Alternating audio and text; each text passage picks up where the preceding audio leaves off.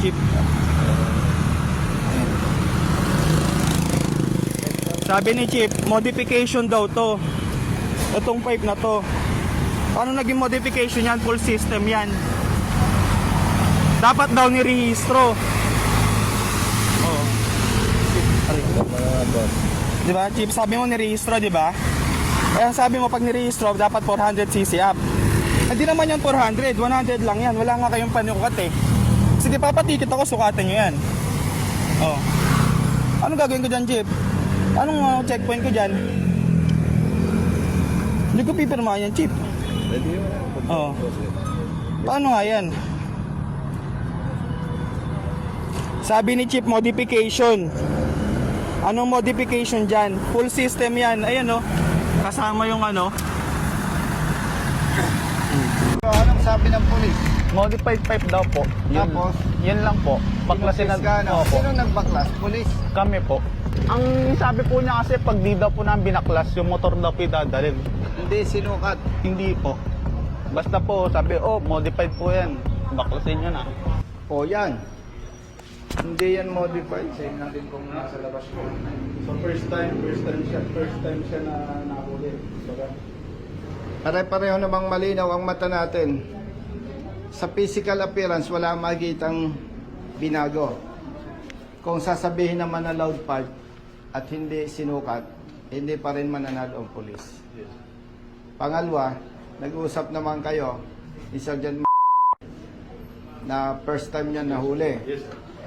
Kasi kaya ko pinatanong sa'yo, pinacheck sa'yo, kung sasabihin ni Sergeant na, Sir, parang naalala ko, pangalawa, pangatlo ng huli yan eh. Kahit aligasyon pa lang yung kanya, hindi ako magre-recommenda sa'yo na i-release sa rider. Yes. Yes, sir. Hindi ko inobliga o premature si Captain Aguilar na i-release. Nagmungkahi ako. Yung aking suggestion, base sa ordinansa. Yun siya lang recommendation sir ng COP. So, nag-usap na ng COP. Nabanggit mo sa kanya na sinasabi ng ordinansa sa second offense. Yes, sir. Confiscated. Nabasa niya. Oh, very clear. Okay? Oh. Tapos, ulitin ko, brother. Yes, sir. Hindi ko kilala si Sergeant Kahit sino sa inyo, wala akong nakasama sa assignment na pwedeng iisipin na baka pinipersonal ni Colonel Busita. Ang gusto lang natin, yung maling ginagawa ng ibang pulis, hindi lahat eh, may tama. Para hindi kawaawa yung katulad niya. At the same time, para umangat ang respeto ng mamamayan sa mga uniformading pulis. Ikaw ba, Chief? Maglalagay ka sa mirror, hindi mo makikita yun. Yes, sir. Common sense. Yung side mirror ko. Konting problema lang naman yun, sir. Tingnan nyo naman po, may side mirror naman po ako. May siguro po kasi nakatayo po sir. Ganun po ba? Sir? Okay. Ano ang violation yan, sir? Walang side mirror. Naka-modify po tayo. Nakatayo po medical. Side mirror po. Ticket mo. Ito po. Yun nga lang sir, nung na-print po ata ni sir is nakatayo daw po yung side mirror. Ay, alam mo, with respect sa iyo, Chief, makikita mo naman sa rider, normal ang pag-iisip nito eh. Apo. Ibig sabihin normal, ikaw ba, Chief?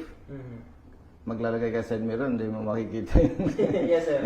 Common sense. Yung common sense. Common sense, di ba? Kasi kung magsusukatan tayo, yung mali ng LTO at mali ng motorista, mas malaki ang kasalanan ng LTO eh. Bakit ka mo? Ang daming LTO hindi marunong bumasa ng rehistro.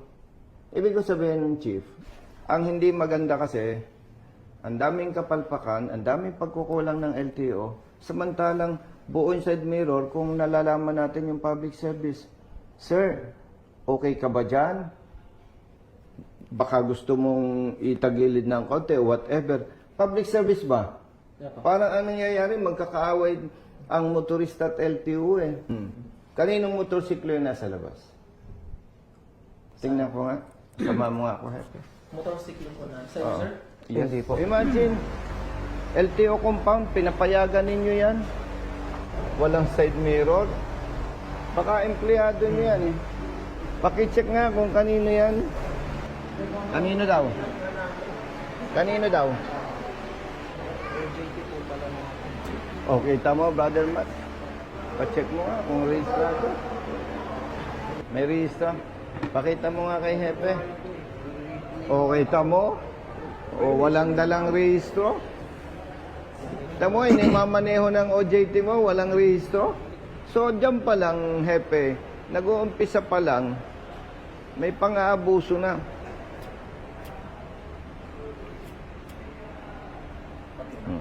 Yan, o. Sino nag-picture nito? Ako, Ikaw. Pero itong motor mo, ba't hindi mo picturean kaya? ano po, kakas ko.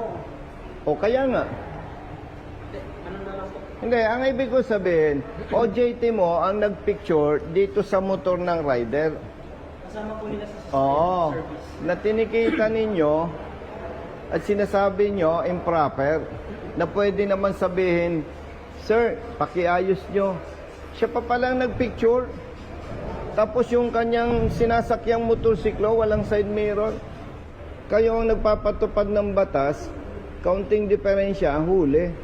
Pero yung inyong OJT, no side mirror, no ORCR carried.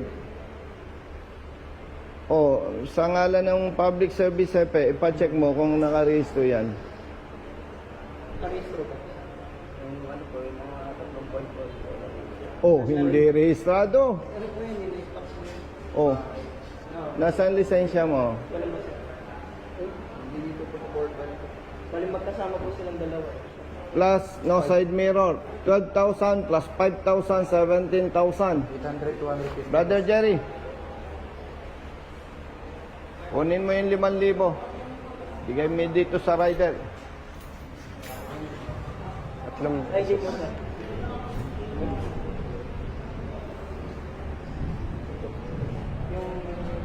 Yung ID mo. Yung ID mo sir. Basta po yun. Hindi, yung ano mo. Any ID, valid ID. Ayun po. Kunin. Yung mali na nakikita ko, dapat nating itama. Itong rider, hindi ko na pagkokontesin. Oh, brother.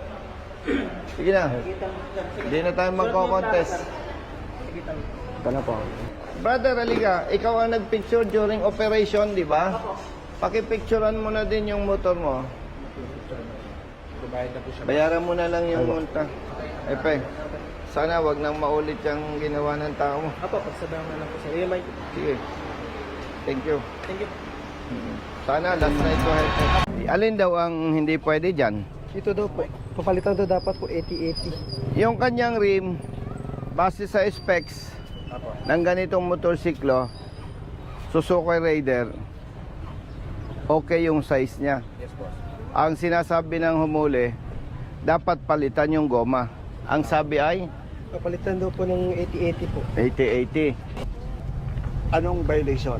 Pareho din, modified tire. Ang multa 5,000. Yes. Gulong. Pahingin 5,000. Hindi, wag mo muna. Hindi, no. Gidakop ko ni Sir karon diri sa kuan. Kantuhaw. Kay gikuan nila akong ligid. Areo. Ari, bawal daw.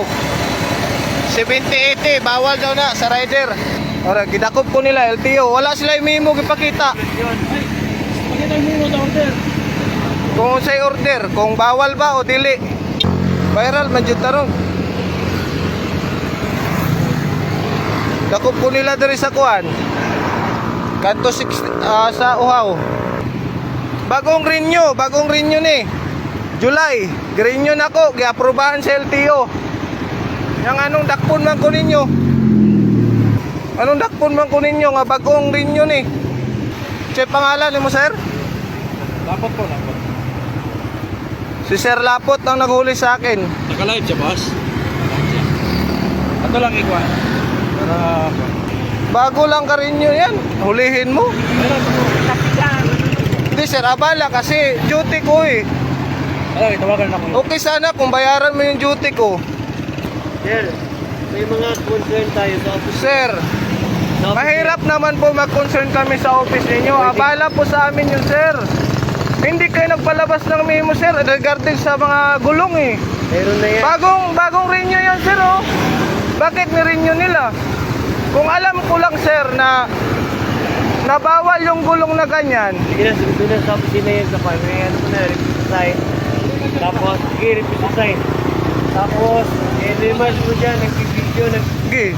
Oo, lagay mo lang dyan. For ano ko lang naman din to eh. Nanotate ko na yan, no? Ilagay mo doon para ma-monitor siya, ma-inform. Siyempre, ano ko rin naman to. Pwede man mag-istorya kinangano. Di, wala man ko nasuko, sir. Ang aqua lang gikuan ba? Nakangyo, bitaw ko sa imo kayo na. Bigay mo ng ticket niya kung may consent sa opisina. Para hindi mo tayo maglalis na kayo dyan, maglati lang yan. Sa office na yan, tapos kung ano yung recommendation niya at saka recommendation mo. Oh, tingnan mo yung hinuli nila ako dito sa ano, Jinsan. Bawal daw. Tulungan nyo ako, sir. Garirin ko lang, tapos sulihin nyo ako. Nakita mo yung restro ko na bago lang. Tapos hindi kayo nagpalabas ng memo sa LTO na ang gulong na ganyan. Alas 9, Yung rim hindi mo binago, no? exam po namin. Yung goma ang gusto nilang babaguhin mo. Sabi nilang bawal po. Tama. Oo. Kapareho nung kay brother, nung estudyante. Ang kino-question sa'yo yung goma. Kasi, nabanggit ko na kanina eh. Yung rim, bawal kang magpalit. Kung 17, 17. Pag ginawa mo 16 or 18, may paglabag ka. Pero kung 17 ang rim, yung gulong mo, pinalitan mo. Yung goma, wala kang paglabag, sabi ng department order.